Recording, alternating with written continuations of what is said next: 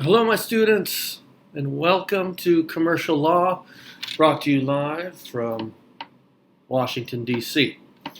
So, we're going to pick up where we left off, which was we covered negotiability, that threshold question when dealing with a problem in negotiable instruments, whether Article 3 applies at all, only if it's negotiable.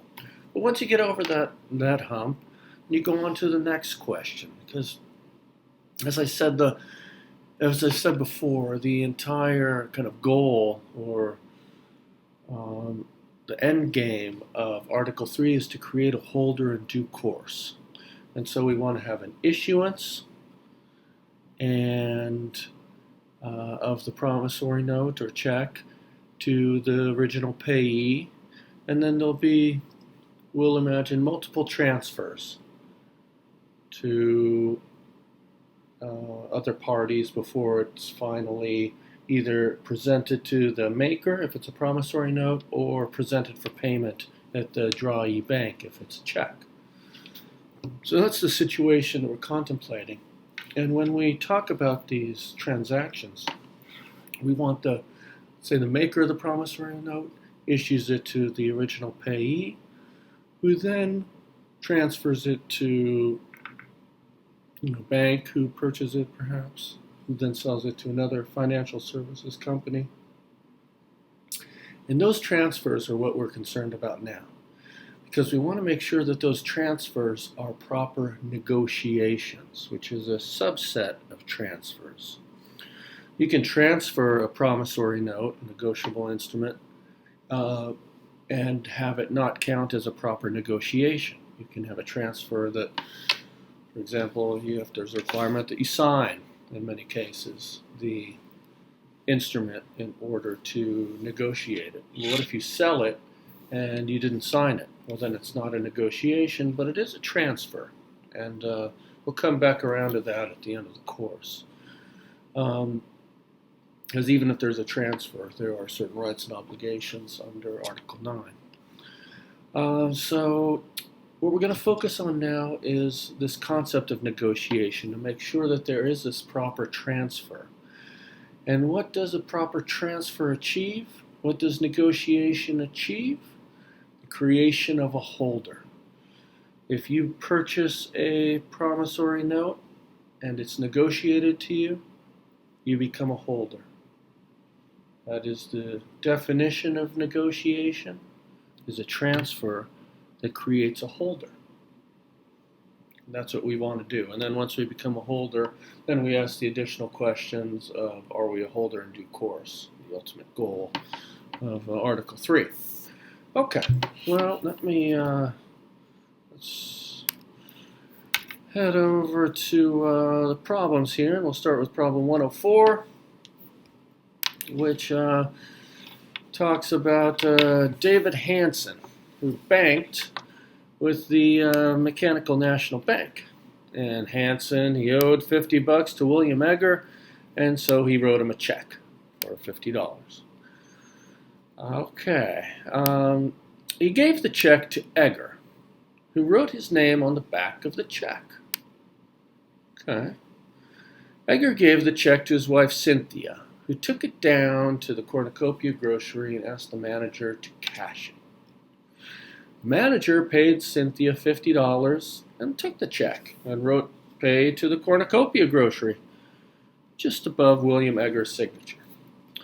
Now, when Billy Speed, the check collection services messenger, came by, the manager gave the check to him for delivery to Octopus National Bank, where the grocery had an account. This is a depository bank, right? Everyone, you probably do it as well as I do. If I get a paycheck, you deposit in your depository bank, and then it goes through the bank collection system and is presented ultimately to the drawee bank and paid. So that's what happened here. Is Cornucopia had Billy, their messenger, take it over to their depository bank, which is Octopus National Bank, and then the bank's check processing machine stamped the word National Bank on the back of the check. And then, this is annoying, it keeps coming up. Octopus National Bank then forwarded the check to Mechanical National Bank for payment. That is, the Mechanical National Bank is the drawee bank, and then that's the end of the lifespan of the check. So let's get to some of the questions, but before we do so, let's look at some of the key provisions of the UCC regarding negotiation. And let's check it out. Here, 3, of course, we've talked about the negotiable instrument, what is negotiable and what is not, and now we get to negotiation. And look at 3201. Blow that up a little bit. Here we go. Negotiation means a transfer of possession, and this is important, whether voluntary or involuntary, whether you mean to transfer the possession or not. And that comes up in the case where where something is stolen or something is lost and then picked up by a stranger. There's been a transfer of possession, and it doesn't have to be voluntary. So keep that in mind, and we'll see that as we go through the problems. So negotiation is a transfer of possession, whether voluntary or involuntary, of an instrument by a person other than the issuer to a person who thereby becomes a holder. So here we go. So it's not necessarily the easiest statutory language to comprehend, but what it means is that negotiation is going to entail a transfer of possession. Transfer may be voluntary or involuntary, but it's only a negotiation if that transfer of possession creates a holder. So we have to understand what a holder is. So let's look at that.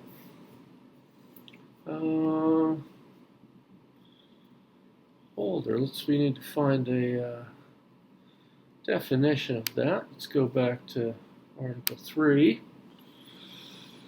And let's look at definitions and see if we can find a holder.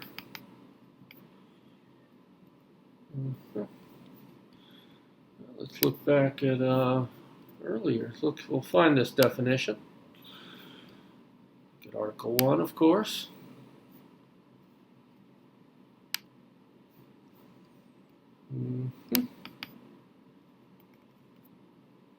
There it is. Holder. Holder means A, the person in possession of a negotiable instrument that is payable either to bearer or to an identified person, that is the person in possession. That's what we want to focus on. And the rest talks about holders of documents of title. So, you're a holder either if you're in possession of a negotiable instrument that is payable to bearer, or it's payable to an identified person, that is the person in possession. So what does this mean exactly? Well, it means that if you come into possession of a promissory note or a check that's made out to bearer, then you are a holder.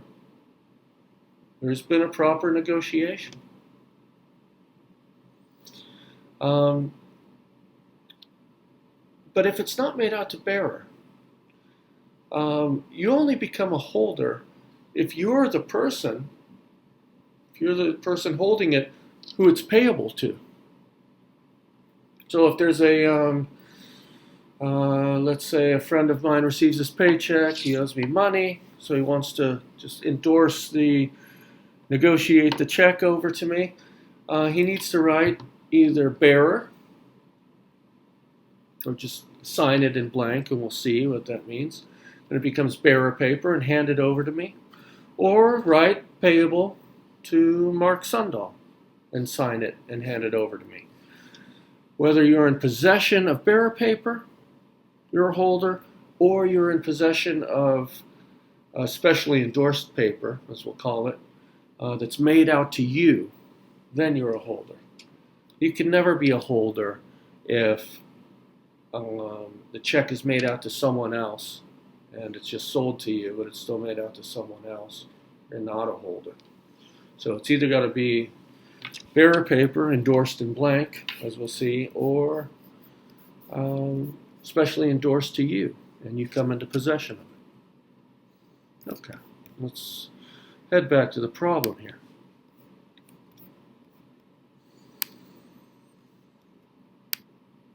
Okay, so we've got the facts of this problem before us. Let's go to the questions. And the question here is A, to which party should these labels be attached? Drawer, drawee, payee, or depositary bank? Okay. Well, the drawer is going to be whoever wrote the check, and who is that? But David Hansen, he's the drawer. And he wrote it to Egger, who's the payee, the original payee. The drawee is the bank that the drawer is a customer of, where the money is, who he's ordering to pay, and that is Mechanical. Mechanical National Bank. That's the drawer's bank. So that's the drawee. Depositary bank, which is defined in 41052, is Octopus National Bank, where the grocery store deposited their account and sent it into the bank collection process. So let's go on from there now. B, did the following people qualify as holders? Okay, so now we're getting into negotiation. And before we do that, let's take a little break here, and let's go to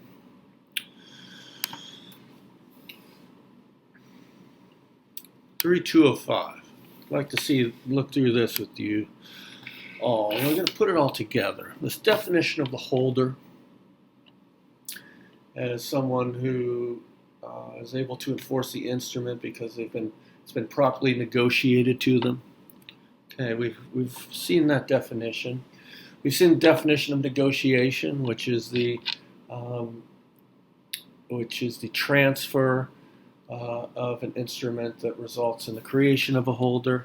Okay, so what we need to know now, we know that a holder is someone who the instrument has been negotiated to, and we know we need a proper negotiation, but what is the proper negotiation? And this is what 305 tells us, or 3205, sorry. Here we go. Let's look to these. We'll look at a few of these. Let's start with A, though. If an endorsement is made by the holder of an instrument, whether payable to an identified person or payable to bearer, and the endorsement identifies a person to whom it makes the instrument payable, it is a special endorsement. And what this means are basically two types of endorsements. If you have or maybe three types of negotiations. Let's look at three different scenarios. One, someone makes out a check to cash or to bearer. Cash, bearer, same thing. That's bearer language. Let's say it's made out to bearer, and it's handed to you. Your grandma gives you a Christmas present made out to cash, hands you a $20 check. And then you want to go and cash it at the grocery store or at the local check cashing agency. What do you have to do is they're going to want a proper negotiation so they become a holder, and in fact a holder in due course. So how do you properly negotiate this check that's bearer paper? Well, you can do it two ways. You can either just hand the check over. If it's bearer paper, you don't need to sign it. Just hand it over to them. Or you can sign it, but just your signature, all that does is create bearer paper again. You don't need to sign it if you have bearer paper already. Well, what if it's made out to you? What if it's, let's say, my paycheck from CSU? and I want to go and I'm running low on cash. I want to go and cash it quickly at the check cashing agency. So I go down there. It's made out to me. It's not bearer paper, so I can't negotiate it simply by transfer. I have to sign it. So I can either sign it, and that's all, and that would be called an endorsement in blank. And it would create bearer paper. So I just sign it, hand it over. The check cashing agency will then be a holder because they will be in possession of bearer paper, properly negotiated to. Or I could take this paycheck made out to me and I could say payable to check cashing agency and then sign it, endorse it. And now that's called a special endorsement, not an endorsement in blank, a special endorsement. And now that means that only the check cashing agency that I made it out to now, endorsed it over to, can be a holder. If I just sign it and turn it into bearer paper, anyone that comes in possession of it can become a holder. I could give it to anyone that I want to pay it with, or even if it's involuntary, as we've learned. If I drop it and someone picks it up, they're going to be a holder, because at that point, bearer paper, all you need is possession.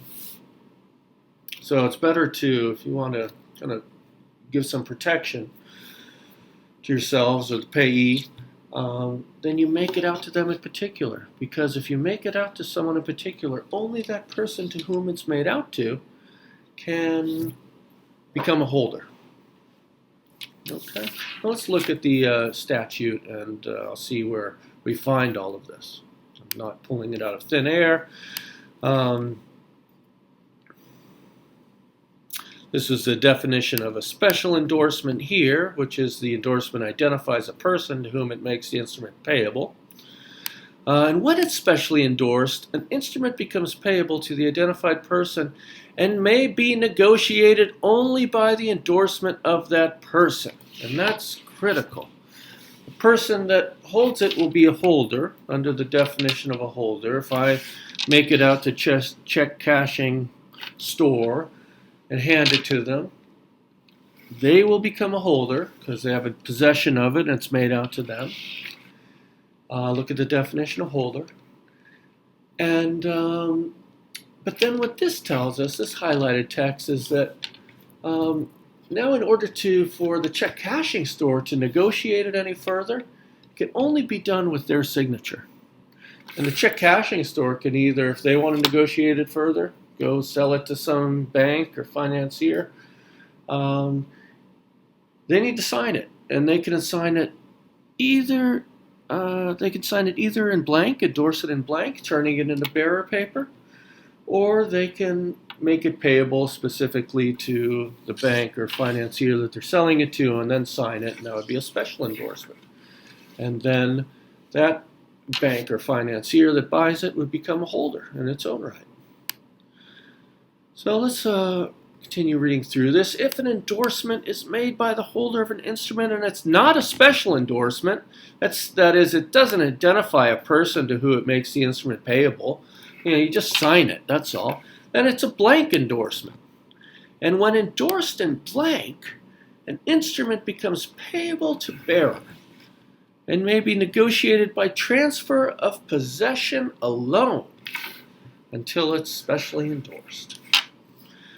All right, finally, let's look at this. The holder may convert a blank endorsement that consists only of a signature into a special endorsement by writing above the signature words identifying the person to whom the instrument is made payable. And I know that's a big mouthful, but what does that mean? It means if I come into possession of a check and it's bearer paper and it's just handed to me, that's fine. I become a holder of it. I can enforce it. Maybe I become a holder in due course, which would be fantastic. But I'm worried about it because if you have bearer paper, it's just risky paper to have. Because if I lose it and the thief comes and finds it in the morning, then they can become a holder because it's bearer paper.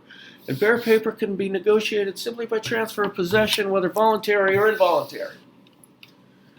And so, to protect myself, I want to take it and turn it into, this is the back of the check.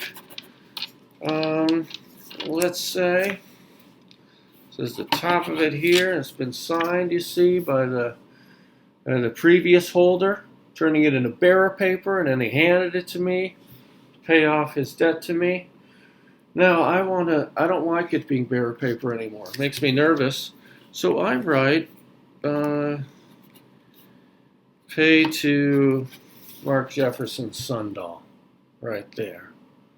And that turns it now. Now it's no longer bearer paper. I have it in my power as the holder to transform it into specially endorsed order paper. And then it can only be further negotiated if it has my signature. And it can't be negotiated just by simple transfer of possession picked up by a thief. Okay. Now let's rejoin our problem. And I think we're at B here. Did the following people qualify as holders? So who is a holder? And that means, well, the payee, you're a holder if a check or an instrument is made out to you and you're in possession. So the original payee will be a holder. We'll find out that the original payee can almost never be a holder in due course, but we'll save that for later. So the original payee, if I write Tommy a check for mowing my lawn, Tommy is a holder. Okay.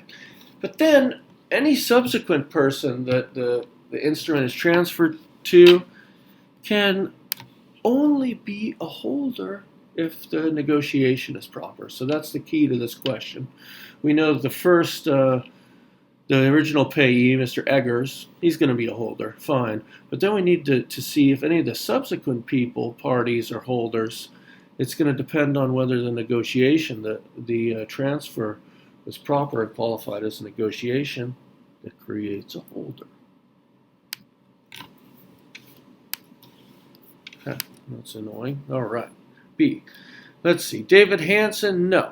Hansen is not the holder, he's the drawer. Egger, yes, he's the original payee, and he's a holder. Cynthia Egger. And again, William Egger is a holder because, under the definition of a holder, if it's made out to you and you're in possession of it, you're a holder. You're also a holder if you're simply in possession of bearer paper. It doesn't have to be made out to you. All right? So, holder and the definition of negotiation. And the definition of endorsement, all of those work together to pull together to make the system work. Okay, what about Cynthia now? So he gave the check to Egger, he wrote his name on the back. That's an endorsement. He wrote his name on the back, and he didn't write it payable to anyone, so he turned it into bearer paper, and then he gave the check to his wife. So Cynthia is now in possession of bearer paper, so she's a holder. Look at the definition of holder. What about the manager of Cornucopia Grocery? Well, Cynthia took it down to Cornucopia, and the manager paid Cynthia $50 and took the check. Okay, well, he was in possession of the check. He became a holder. Good. The manager of Cornucopia Grocer, well, he didn't become a manager in his own right. I'd say he was not. He was operating on behalf of Cornucopia Grocery. So let's say that. I mean, he was operating as an agent of the grocery. They're a holder. He wasn't operating in his private capacity. So let's say as a private person, no, he's not a holder. Okay, so a Cornucopia is a holder then. And what do they want to do? They want to go and deposit the check. And so they call up their messenger, and Billy Speed comes and picks it up.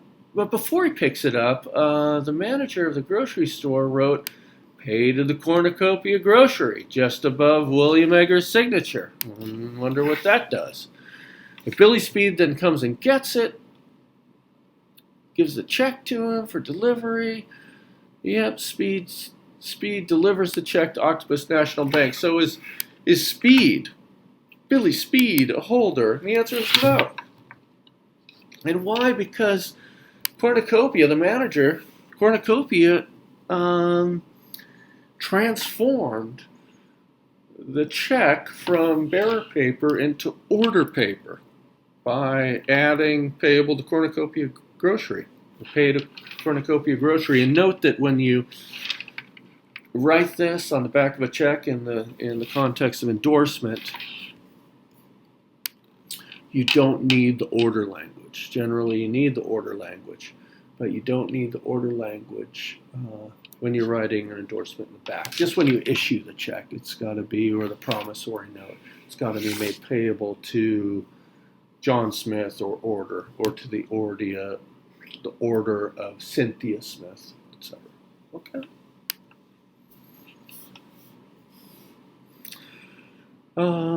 So the manager converted it into this order paper, and so when you negotiate order paper, transfer of possession is not enough. That's only good enough for bearer paper. So Cornucopia would have had to sign it and then give it to Billy, right? Because by signing it, it would have turned it into order paper again. They made it payable to Cornucopia, and then if they would have signed it in blank, it would have been order paper again. But of course they didn't do that because they don't want bearer paper. They just make it payable to Cornucopia because they don't want to make Billy a holder. And they hand it to Billy, and now Billy's just a messenger, and he takes it over to Octopus National Bank, where the bank's check processing machine stamps the words Octopus National Bank on it. Okay, so Billy Speed is not a holder. Is Octopus National Bank a holder? Yes. Yes, it is. And this is in 4205. Should look at. Let me pull it up here.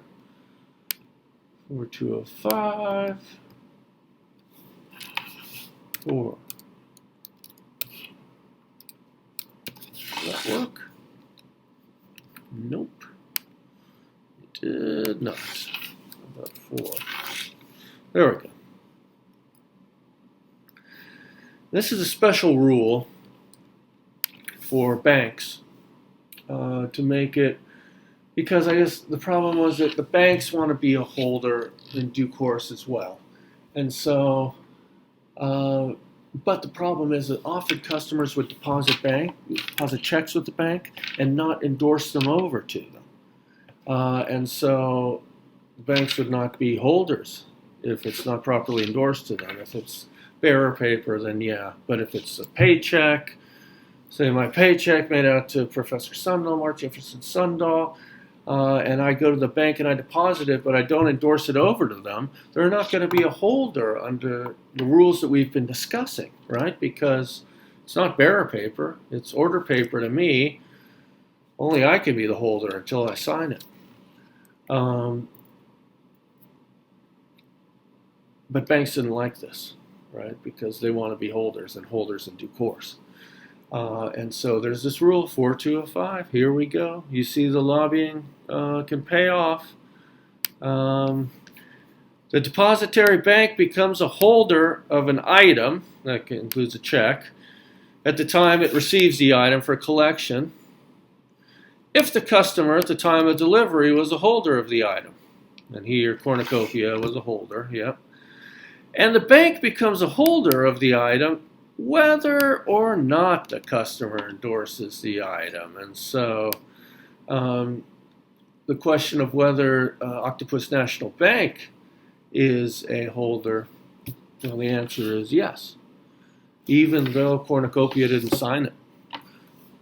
As long as you're a holder, as long as it's made out to you and you're a holder, you deposit it to your depository bank, they automatically become a holder, whether you sign it or not, because they just didn't want to put up with the trouble of customers forgetting to endorse their checks before depositing. Pretty pedestrian problem, but that's often what the law addresses. And then Mechanical National Bank, is Mechanical National Bank a holder? No. All the banks leading to the drawee bank are holders. And they transfer, they negotiate the check through the chain of collection. But when you get to the drawee bank, you don't transfer the check to the drawee bank. You present it for payment. And the drawee bank is never a holder. You present it for payment, and they either pay it or they don't. So the drawee bank is not a holder. Mechanical National is not a holder. All right. And if William Egger had failed to endorse the check but simply deposited it, okay. If William Egger, yeah, well, okay. Now we're saying that the original payee didn't endorse the check, was made out to him, but he went to Octopus National Bank. Would the bank have been a holder? Yes. That's what we just looked at. What was the legal effect of the language written on the check by the grocery store manager? Well, that was the language that transformed bearer paper into order paper, because above the signature of the previous holder, he wrote payable to Cornucopia, and that turned it into order paper, so it could only be negotiated with the signature of a cornucopia. Which of the parties are properly called endorsers? So let's look at 3204. I'm getting a little better about this. 3204. Endorsement. Who is an endorser? Well, first of all, endorser means a person who makes an endorsement. Thank you for that clarification. What is endorsement? It's just a signature. Other than that of the maker of the drawer or acceptor. Not the person who issues the note or issues the check, or the acceptor is the bank that's going to pay it, the drawee bank. Those are not endorsers. Endorsers are those people that sign it for the purpose of negotiating the instrument. Let's focus on that now. The endorser is someone who signs it to negotiate the instrument, which you do on the back of the check. There is another type of endorsement called an anomalous endorsement. We can look at that quickly. But what that means is you can have someone else endorse the check or the promissory note for the purpose of being a surety, for being, the backup person who's liable on the instrument. So, for example, if I go to a bank and I say I want to borrow $100,000, they might say, Professor Sundahl, we love you. But you're just a professor, so we'd like to have the signature of your wealthy uncle under yours as well. So that if then that wealthy uncle incurs more or less the same liability as I do as the maker. So it's another type of endorsement that's called an anomalous endorsement. So you sign not as the maker of the note, not in order to transfer the note, but in order to create the liability of a surety upon yourself. So my uncle loves me, wants me to get this $100,000 loan, and so he signs it. He's an endorser as well, but an anomalous endorser. So just remember those two forms of endorsement. For transfer, the typical endorsement for negotiation, and then the anomalous endorsement for purposes of serving as a surety on the obligation. And we'll take a quick look at this. Let's see if there's anything else. Yes. Well, we'll come back to this in the next problem. I think we're going to look at this provision. For the purposes of determining whether a signature is made on an instrument, a paper affixed to the instrument is a part of the instrument. Okay. All right. Well, we'll elaborate upon that in a moment. I think we're going on to 107, so let's zip on down here. And yes, this is exactly what I had in. Now, problem 107. One of my favorites. This is one of those problems. I don't know why it's one of my favorites. It's really actually one of the saddest problems in the book. It's about a whole population of retirees who've saved up their nest egg, and they go to a seminar and they are told that they can buy their personal place in the sun in this retirement community in the desert, this desert paradise. And they sign promissory notes as a down payment for their property, and the sellers take off with all the promissory notes. And they never intended to give them any property. They're taking these promissory notes, and then they're negotiable notes, they want to sell them off to a buyer. And maybe they have millions of dollars worth of these notes, all these senior citizens. They've been pushing this retirement community. They have a pile of notes worth millions of dollars. They just need to find a buyer quickly, one that doesn't ask too many questions. And so they take it and they sell them off, and let's see what happens here. So Desert Paradise initiated a scam in which hundreds of middle-class people sent promissory notes in order to invest in the development of a retirement community to be built in the Southwest. And then Desert Paradise took all those notes. Of course, they were made out to them. They were the payee, and sold them to Octopus National Bank. That sounds like the kind of outfit that would buy these notes. Rather than endorsing its name hundreds of times on each of the notes, Desert Paradise had its endorsement printed on a separate sheet of paper, which it then folded into each promissory note, not connecting it in any way. And then they took off with their money from Octopus National Bank and went to Paraguay or wherever. And then, of course, Octopus National Bank believed there was now a holder in due course and went and presented the notes to all of those retirees that signed those promissory notes. And now ONB shows up with them. Hey, we have no idea about the what's behind these, about the land transaction. That's not our concern. All we have is this beautiful, simple promise to pay, and it's negotiable, and so we want you to pay it.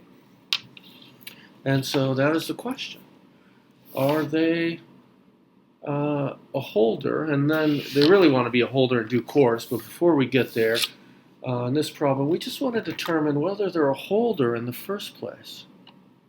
And remember, these promissory notes were made out to Desert Paradise or to order.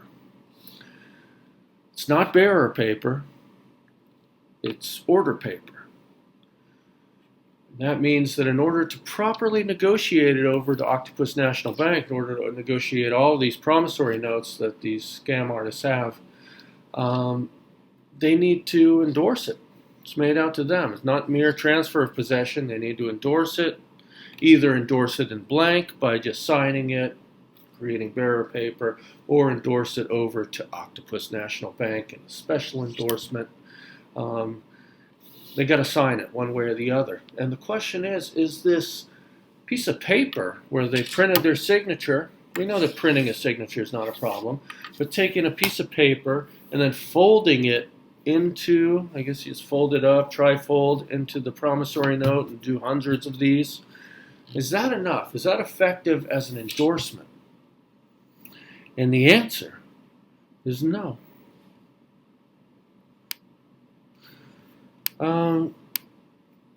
Here we go. See, ONB claimed to be a holder in due course, and so, that's the exalted position. But the first question is, are they even a holder? Is ONB even a holder? C3 204A And this is the applicable provision. For the purpose of determining whether a signature is made on an instrument, and that's what we're looking for, is this endorsement made on the instrument, a paper affixed to the instrument is part of the instrument. So if you take a piece of paper and you sign it and you staple it onto the promissory note, that is sufficient and effective as an endorsement. But if you just fold it in, that's not enough. It has to be affixed. Affixed. All right? Words mean things. Affixed. Of course, what does affixed mean? And there are cases out there about here. What does affixed mean? Would a paper clip do the trick? A staple? Yes. Maybe a paper clip. They're now, gluing or pasting. One court has blessed the use of an ACO fastener, which is those two-hole, when you build a file in a law firm and you use those metal fasteners for the 3 or the 2-hole papers.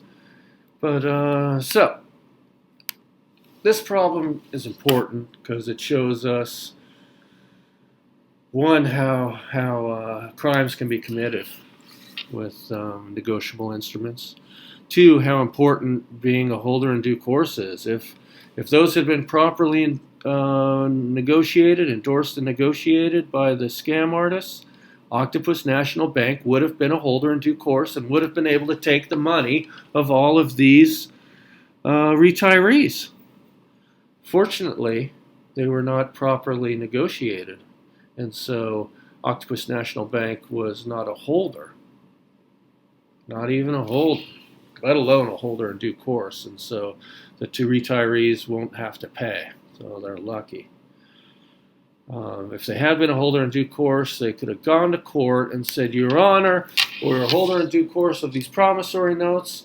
I feel terrible about Mr. and Mrs. Johnson, who are destitute because they spent their last bit of their nest egg on buying this property, and this is all their dreams. It's terrible that they were scammed. My heart goes out to them. But that's all beside the point, Your Honor. I'm a holder in due course, and that underlying transaction does not enter into this conversation at all. I've got a negotiable promissory note of which I am now a holder in due course, and I can enforce it. Unless they turn out to be, for example, the makers of the promissory note turn out to be incompetent, senile perhaps, and judged incompetent. That may get them out of the obligation. But otherwise, or if someone was putting a gun to their head while they were writing out the promissory note, then they could escape having to pay it. But short of those serious common law defenses, holder in due course is sacrosanct. And we'll get paid. Okay, well, let us continue. That's 107. I think we're just going to go down. Now we're talking about forgery of the payee's name, which is a kind of a corollary or a topic related to endorsement, because, and this is the rule at the end of the day, that if an endorser's signature is forged, then none of the subsequent transferees can ever be holders, no matter what. So once in the chain of negotiation, someone's endorsement is forged. For example, if I receive my paycheck from CSU and leave it on my windowsill, and it's snatched by the neighborhood crook, and he forges my signature and says payable to Mr. Neighborhood Crook, it may look like he should be the holder then, because now it's made out to him, but my signature was forged, and he cannot be a holder. He can only be a holder if the payee signs it, if I signed it. So that's what we're looking at now. Let's look at this problem. 108, when Laura Lawyer's briefcase was stolen, it contained her monthly paycheck from the law firm, payable to her order. She had not endorsed it. The thief who stole the briefcase forged her name to the back of the paycheck and transferred it to an innocent party, Cornucopia Grocery. So we have another party involved here. When the latter tried to cash the check at the Drawee Bank, the bank alerted Laura and she arrived at the bank immediately. She retrieved the check from Cornucopia Grocery. C3306. Okay.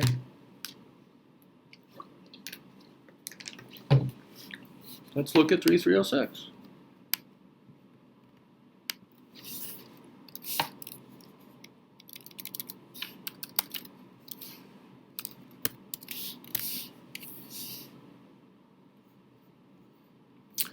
A person taking an instrument other than the person who has the rights of a holder in due course is subject to a claim of property or possessory right in the instrument.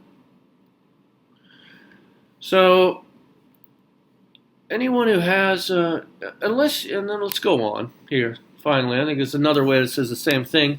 A person having rights of a holder in due course takes free of any property claims to the instrument. So what this means is, if I have my paycheck from CSU, and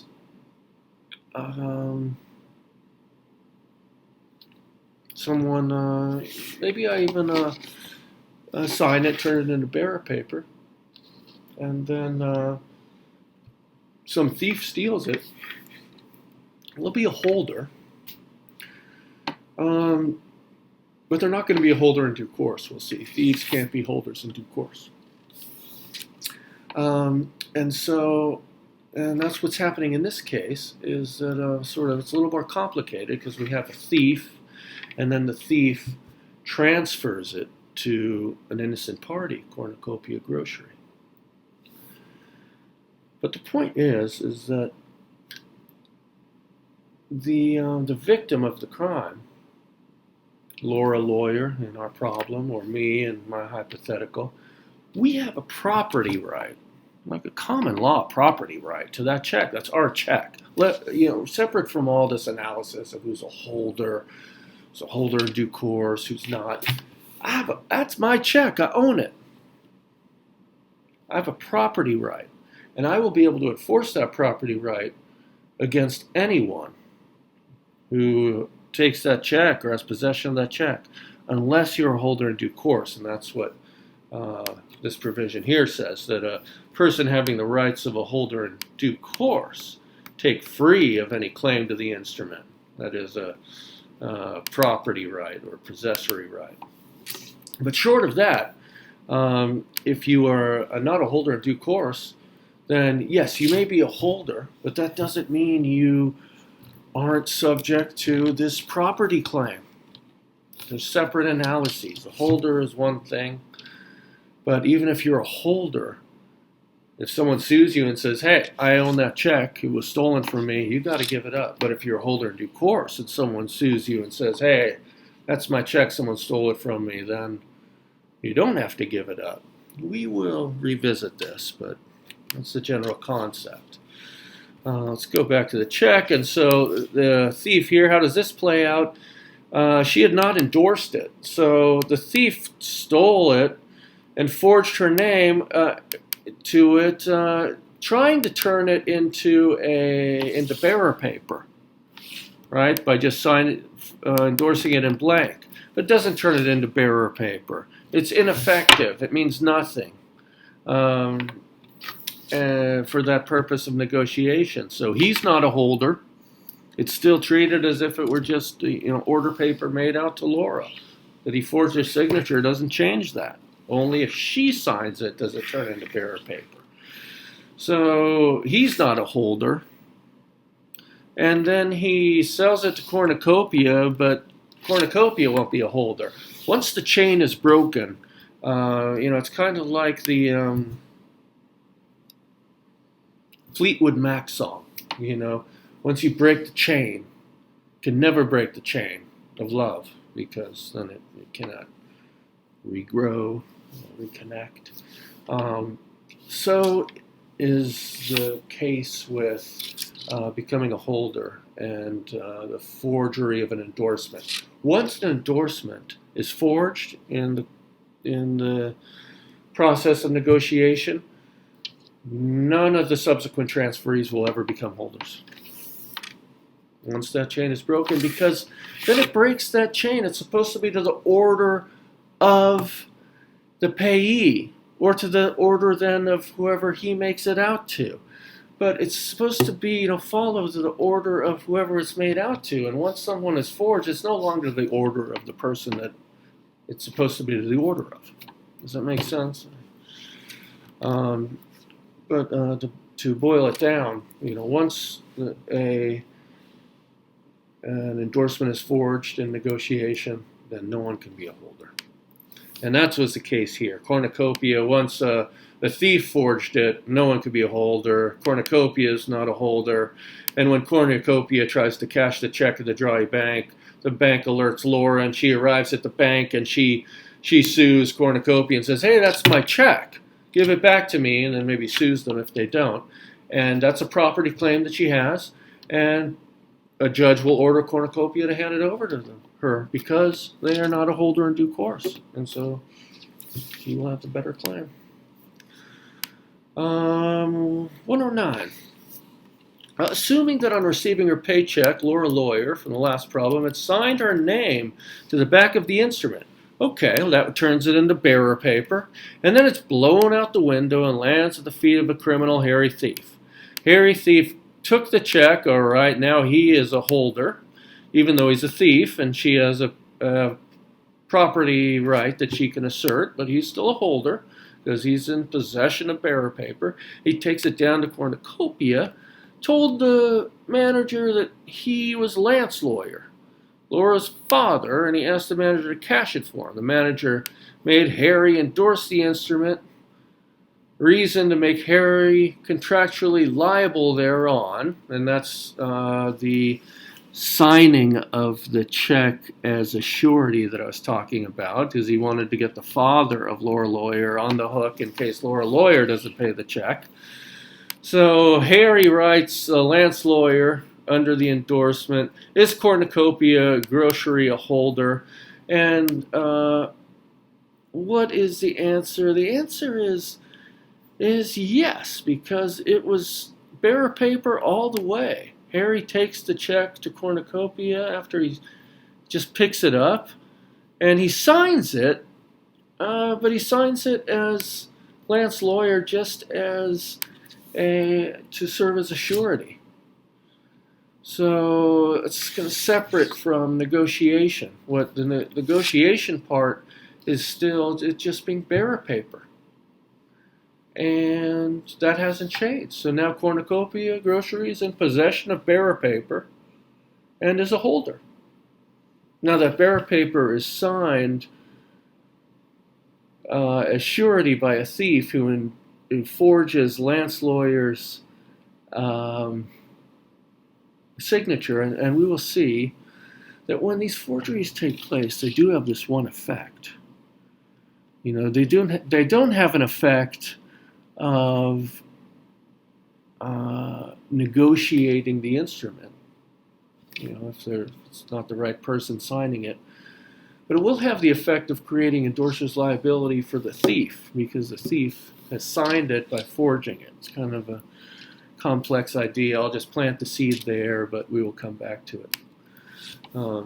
It's kind of poetic justice. But in this case, the signature was irrelevant to negotiation. It was for surety. And once she signed it, it became bearer paper, and Cornucopia Grocery is a holder because it's in possession of bearer paper. Problem 110. Assume that Laura, from the above problems, wanted to endorse the instrument over to her mother. So on the back she wrote, "Pay to Lily Lawyer," and signed her own name. Good. Thus endorsed. This now she's turned it into order paper that's payable only to Lily Lawyer. She endorsed it. It's not bearer paper. Good. So thus endorsed, the instrument was blown out a window, and Harry Thief found it. He endorsed Lily Lawyer under Laura's name and transferred the check to Cornucopia Grocery. Is Cornucopia Grocery now a holder? No. because in order for a proper endorsement to be made and to create a holder, which is what negotiations do, and in order for a proper negotiation to occur, Lily Lawyer herself would have had to endorse it because it was now made out to her.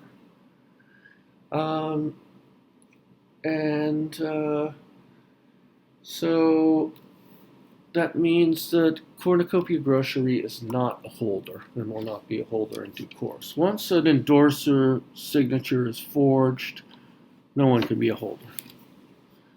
All right, let's go down to 11, the last one for this chapter. Laura again from the problem above. Never had a course in commercial paper. What a shame. So when she received her paycheck, she simply wrote her name on the back and mailed the check to her mother. Her mother, who had a commercial paper course, needed for some reason to hold on to the check for a week before cashing it, so she wrote "Pay to Lily Lawyer" above Laura's endorsement. Has the check now become order paper, requiring the mother's endorsement for further negotiation? And the answer is, of course, yes. She has successfully transformed bearer paper, right? Because Laura Lawyer just wrote her name, endorsed it in blank, turned it into bearer paper, sends it to her mom, which was risky because if someone would have opened it and stolen it, they would have become a bearer. But she did it. Her mom got it, but then her mom was smart and said, "Oh, I don't want bearer paper lying around," and put her name, turned it into order paper. That is the end of this chapter, and I will see you again soon.